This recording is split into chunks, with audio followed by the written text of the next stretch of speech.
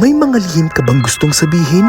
O mga sikretong gusto mong aminin?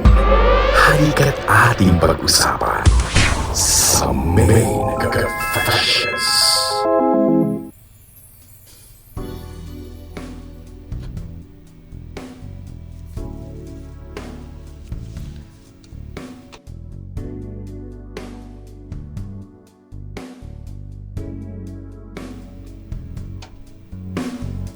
Dear TJ Main, itago mo na lang ako sa pangalang Arnel. 32 years old, isa po kong konduktor ng bus dito sa may Pasay City. Matagal ko nang pinapakinggan ang programa mo, DJ Main. Lalo na kapag hating gabi at nasa biyahe pa kami. Kapag pahupa na yung traffic at paisa-isa nang nakakauwi ang mga pasahero. Kayo talaga yung kasama ko sa mahabang biyahe. At sa totoo lang, hindi ko akalaing darating yung araw na ako naman ang magpapadala ng confession sa inyo. May isang bagay akong hindi makalimutan hanggang ngayon. Ako po ay may girlfriend. Tawagin na lang natin siyang Jenny, 29 years old. Isa naman siyang guwardya sa aming bus terminal. At DJ Main, siya yung matatawag kong tunay na girlfriend. Lagi na lang kasing panandalian ang nagiging relasyon ko. O kaya naman, pampalipas lang ng oras. Kaya siguro ganun lang kalaki yung pagtingin ko sa kanya. Dahil naramdaman ko na parang siya na talaga. Maganda. Maalaga. Sobrang pasensyosa at kalmado magsalita. Yung tipo na kapag nakikita ko siya, parang laging maayos ang buong araw ko. Nawawala ang pagod ko sa trabaho. Si Jenny, yung tipong kahit simple lang, pero sobrang ganda. Mabango. Tapos malinis tingnan. Kaya naman, noong mas lumalalim na yung koneksyon naming dalawa, mas lalo ko siyang hinangaan. Pero DJ Main, may isang gabi na hindi ko makakalimutan. Dahil nung mga panahong sobrang komportable na kami sa isa't isa at pakiramdam ko ay mas lalo na kaming nagiging malapit. Niligawan ko siya. Hindi ko inaasahang mabilis niya akong sasagutin. Sinabi niya sa akin na hindi na kailangan pang patagalin dahil may gusto rin naman siya sa akin. Tandang-tanda ko pa, uwian namin nung mangyari yon. Kakatapos lang ng trabaho. Marami kaming napag-usapang dalawa. At isa na doon, ang pagiging intimate namin sa isa't isa. Sa kalagitnaan ng init at lambing, iyon na rin pala ang magbibigay ng rason para may mangyari sa aming dalawa. DJ Main, noong tanggalin niya isa-isa ang suot niya, halos parang aso ako na sobrang excited pag nakikita ang amo. At nang ibinuka niya, akala ko halimuyak na mabangong hardin ang aking malalanghap. Pero mali ako. Dahil halos maduwal ako sa kakaibang alingasaw ng kanyang bulaklak. DJ Main, hindi ko alam bakit ganun. Pero imbes kasi naganahan ako sa gagawin ko, napaatras na lang ako. Na para bang kinatatakutan ko ang gagawin ko kay Jenny. Kaya naman iba na lang ang ginawa ko. Pinasok ko na lang ng marahan ang kanyang kuweba. Nag-enjoy pa rin naman kaming pareho. Pero napansin kong nagtataka siya. At kitang-kita ko talaga sa reaksyon niya na may napansin siya. Kaya naman ang ginawa ko para hindi niya isipin. Walang sawa akong naglabas-pasok sa kanyang umaalingasaw na rosas. Kahit pa na sobrang kakaiba talaga ang amoy nito. At nung matapos kami magparaos at magpalitan ng matatamis na salita, hindi ko talaga alam kung paano ko ipapaliwanag ang naramdaman ko noong mga oras na iyon. Dahil imbes na mas mapalapit ako kay Jenny, parang may bahagi ng isip ko na biglang naguluhan. Sinubukan ko namang isantabi iyon. Pero habang tumatagal, doon ako nagsimulang mahirapan. Pilit kong ibinabalik yung dati kong pagtingin sa kanya. Yung paghanga, yung excitement, yung pagkakagusto.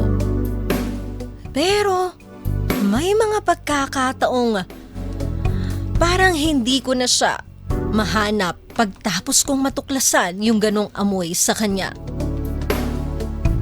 At sobrang nakukonsensya ako, DJ Maine. Dahil wala naman talaga siyang ginawang masama sa akin. Mabait pa rin siya at maalaga.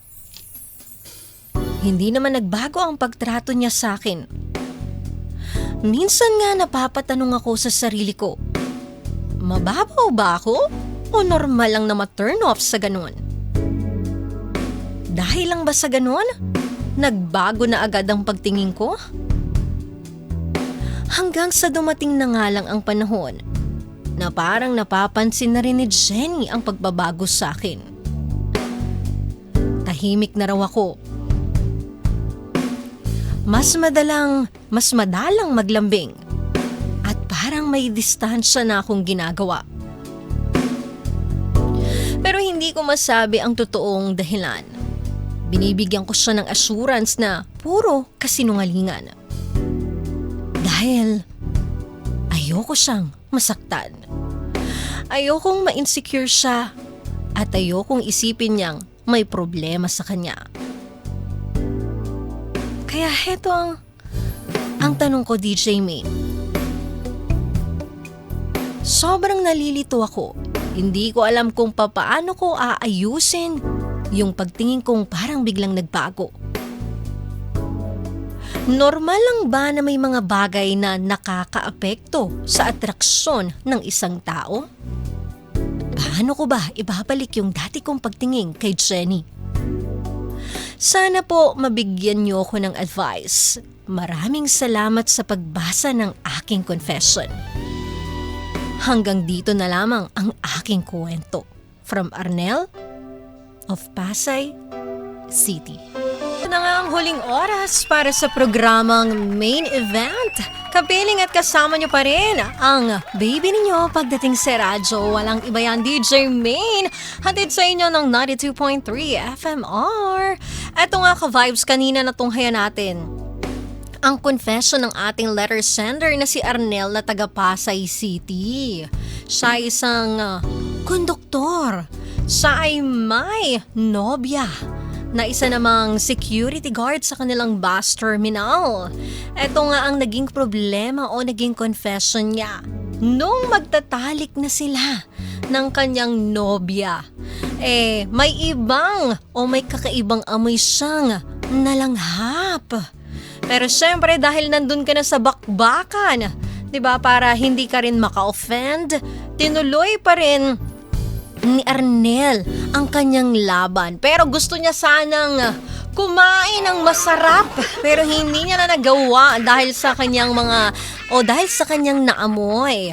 Pero kahit ginagawa niya yung laban na yon, talagang nangangalingasaw pa rin o maalingasaw pa rin yung amoy. At napansin nga ito ng kanyang nobya na parang nag-iba ata ang direksyon ni Arnel. Dapat hindi siya ganun hindi siya, may gagawin pa siya kaso parang nag-iba ang ihip ng hangin. At habang tumatagal, parang nagkakaroon ng problema si Arnel kasi feeling niya nawawala yung kanyang atraksyon dito sa kanyang nobya dahil sa nangyaring iyon. Kaya ang tanong niya, normal lang ba na may mga bagay na nakakaapekto sa atraksyon ng isang tao? Paano ko ba ibabalik yung dati kong pagtingin kay Jenny? Ikaw ba ka-vibes? Kung ikaw ang nasa sitwasyon ni Arnel, paano mo nga ba maibabalik yan? Well, Arnel, maraming ka-vibes natin ang dumaan sa ganyang sitwasyon, 'di ba? Na may isang bagay na biglang nakaapekto doon sa atraksyon nila, doon sa taong gusto nila or doon sa taong mahal nila. At oo, normal lang na may mga bagay na pwedeng makaapekto, especially sa pisikal na atraksyon. Syempre, tao tayo At bago naman tayo talaga na-in love, na-attach, nagkakaroon noon, nadidevelop yung emotional attachment natin sa isang tao, nagsisimula muna yan sa atraksyon, di ba? At kasama dyan, yung amoy, ugali, kilos, o yung karanasan na minsan hindi natin inaasahang tatatak sa ating isipan. Pero alam mo, Arnel, gusto kong malaman mo at isipin mong mabuti yung naramdaman mo noong gabing iyon.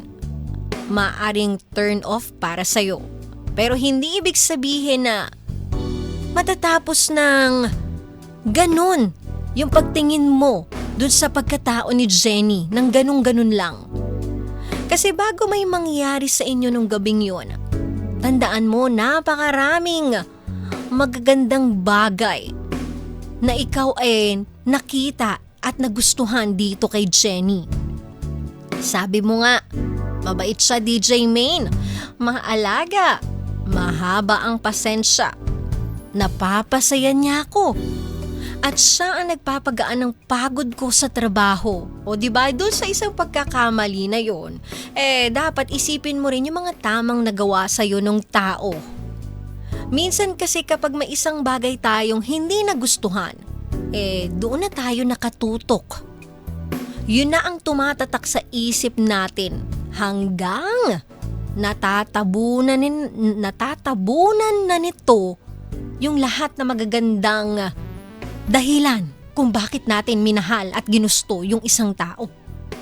At tungkol naman dito sa amoy na napansin mo, tandaan natin maraming factors na pwedeng magdulot niyan. Hindi naman ibig sabihin na may naamoy ka, hindi na siya conscious sa kanyang hygiene.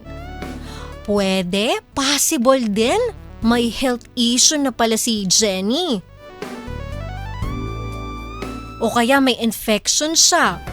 O minsan, normal talaga yon sa babae, lalo na yung tinatawag na hormonal changes, lalo pag magkakaroon na. At hindi ibig sabihin nun, marumi siya, 'di ba? At may mali na agad sa kanya. Ang mas mabigat na problema ngayon, Arnel, hindi naman yung amoy na naamoy mo, kundi yung hindi mo masabi sa kanya yung totoong nararamdaman mo. At habang tumatagal o pinapatagal mo yan, mas napapansin niya at nararamdaman niya na ikaw, talagang tuluyan ng lumalayo sa kanya nang hindi niyo pinag-uusapan yung problema. At masakit yun para sa isang tao, yung nararamdaman namin na unti-unti nang nawawala yung taong mahal namin, kesa yung marinig namin yung totoo kahit masakit. Pero hindi ko naman sinasabing diretsuhin mo agad si girlfriend mo, Arnel, 'di ba? Diretsuhin mo itong si Jenny.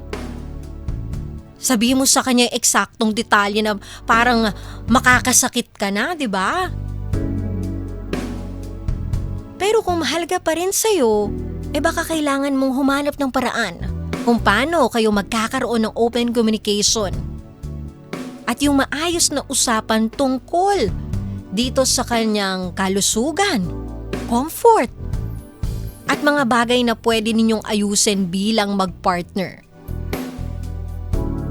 It's always perfect timing. At kung paano mo i-deliver yung sasabihin mo na hindi nakaka-offend dito kay Jenny. Sabi ko nga pag mahal mo ang isang tao, tutulungan mo siya doon sa flaws niya, sa imperfections niya. Kesa i-criticize siya, layuan siya. At malay mo nga, dahil din sa hindi siya healthy kumain, 'di ba? Kayo, isa ring factor 'yan kung ano yung kinakain natin, 'di ba? Kaya nga dapat meron tayong healthy lifestyle. Baka kailangan nyo rin magpa-check up. Importante yan. Hindi naman porket nagpa-check up kayo, ibig sabihin naglolo ko na yung isa sa inyo eh. Iba't iba na yung nakakatalik niya. Mas maganda pa rin na nagpapa-check up tayo. Know your status. Especially HIV, infection. Di ba dyan malalaman? Kaya Arnel, tulungan mo din si Jenny. At ikaw din, di ba? Para maengganyo siya. Dapat magsisimula yan sa'yo. Kasi alam niyang nandyan ka para suportahan siya. Hindi para ilaglag siya. Ito tanong ko sa'yo, Arnel. Kapag naayos ba yung bagay na iyon? Yung problema kay Jenny? Itong amoy na naamoy mo, pag nawala ba yun? Gusto mo pa rin ba si Jenny? Kapag nawala ba yung amoy na naging dahilan ng pagkalito mo, nandyan pa rin ba yung lalaking sobrang humanga sa kanya nung umpisa?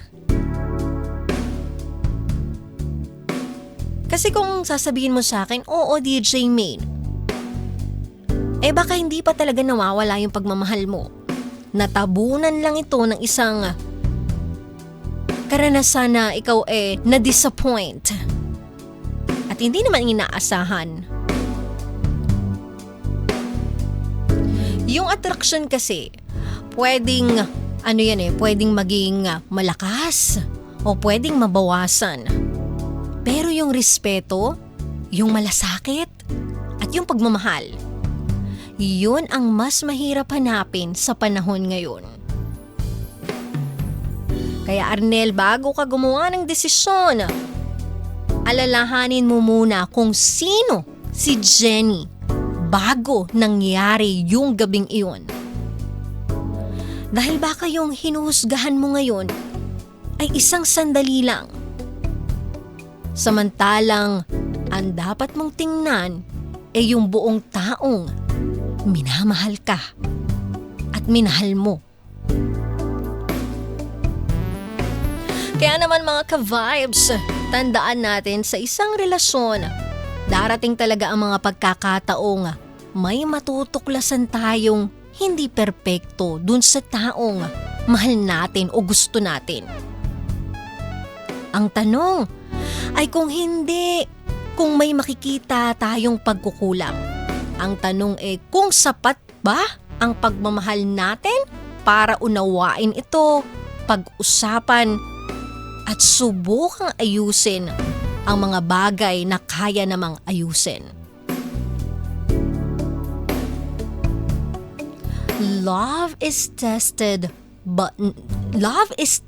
not by what we admire, but by what we choose to understand.